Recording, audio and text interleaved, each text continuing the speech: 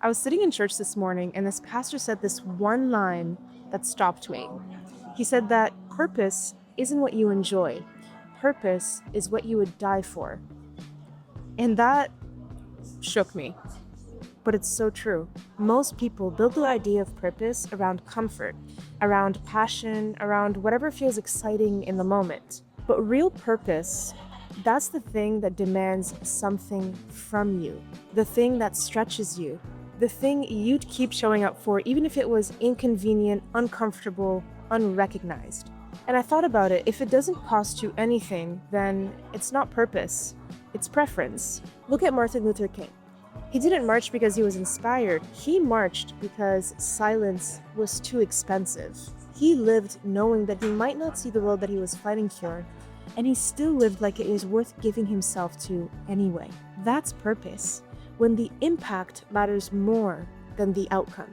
And I think that's where legacy begins. Legacy is when something on earth keeps moving because you refused to stay small. Legacy is when someone you'll never meet is standing on something you built quietly. When your courage becomes someone else's starting point. When your yes becomes someone else's safety net. That's legacy. Legacy is not a moment. Legacy is a ripple effect. Pastor said, you give today so something is still standing 100 years from now. And whether you realize it or not, your choices are already shaping the future. You're building a legacy intentionally or accidentally every single day. Every act of courage builds something. Every act of fear builds something.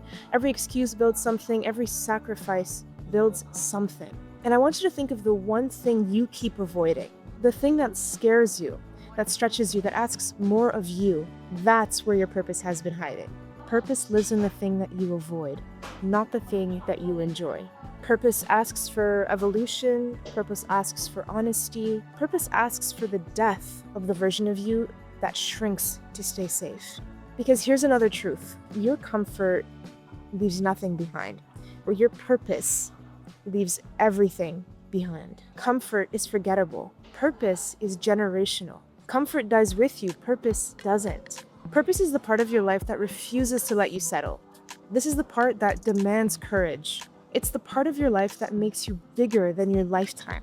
And if you feel lost right now, or behind, or unsure of what your purpose is, then I want you to listen to this. Purpose is not discovered, it's lived into. Purpose is not found, it's formed. Purpose is not revealed, it's built. Every time you choose truth over ease, courage over fear, consistency over comfort, you step deeper into it. And eventually, your small, daily choices stack into a life that means something. A life that shapes people you'll never know. A life that echoes beyond your own timeline. A life that doesn't end when yours does. So here's the real question, the one that decides everything. What is worth giving your life to? Not your hours, not your schedule, your life. What is worth your devotion, your integrity, your courage, your obedience, your persistence, your truth?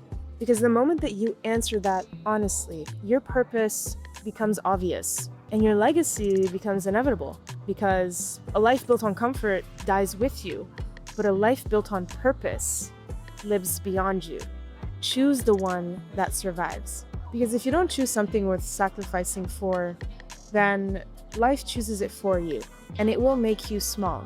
It forces you to ask a different kind of question, and that is, what am I building now that will still matter when I'm gone? And maybe your answer isn't a movement or a business or an art piece. Maybe it's the way you raise your kids. Maybe it's the way you treat people. Maybe it's the standards you set. Maybe it's the courage you practice. Maybe it's the truth that you speak that someone else feels safe enough to echo. And legacy isn't always large. Sometimes the legacy that you leave is internal. A chain you break, a story you refuse to repeat, a generation of pattern you interrupt. Sometimes legacy is a healing that begins with you and heals people that you'll never know. And that's why purpose matters so much, because purpose builds legacy intentionally. When you live without purpose, you end up drifting through life doing whatever is easiest, and you end up living for anything. For approval, for convenience, for the path of least resistance. But when you choose something worth giving your life to, even in small ways, you begin to shape the future instead of inherit it. And the beautiful thing is that your purpose doesn't have to be loud to be real. You don't need a platform, you don't need an audience, you don't need a title or a following or a brand. Purpose is revealed in the things that you stay committed to long after the feeling goes away. Purpose is in the sacrifices that no one applauds. Purpose is in the integrity you maintain when no one is watching. Purpose is in the responsibility you carry quietly every day. Purpose is in the courage that you practice even when fear feels safer. You don't find purpose. You grow into it. You grow into it through action, through responsibility, through the moments that you choose what's right over what's easy. And the more you choose that, the more purpose reveals itself. And slowly, your actions begin to build a legacy that you may never fully see.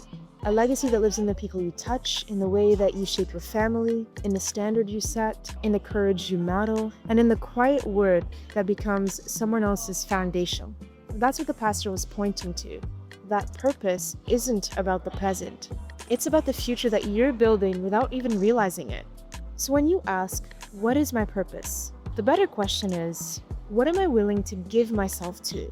Even when it's not enjoyable, even when it's not convenient, even when it's not recognized, because I know it will still matter when I'm gone. Purpose asks for boldness, and legacy rewards it long after you're not here. And that is the weight, the beauty, the responsibility of your yes. This is day 47 out of 100 bold. I appreciate you being here. I hope you crush it today. I'll see you tomorrow at 7 a.m. And remember, to act bold, you need to be kid brave again.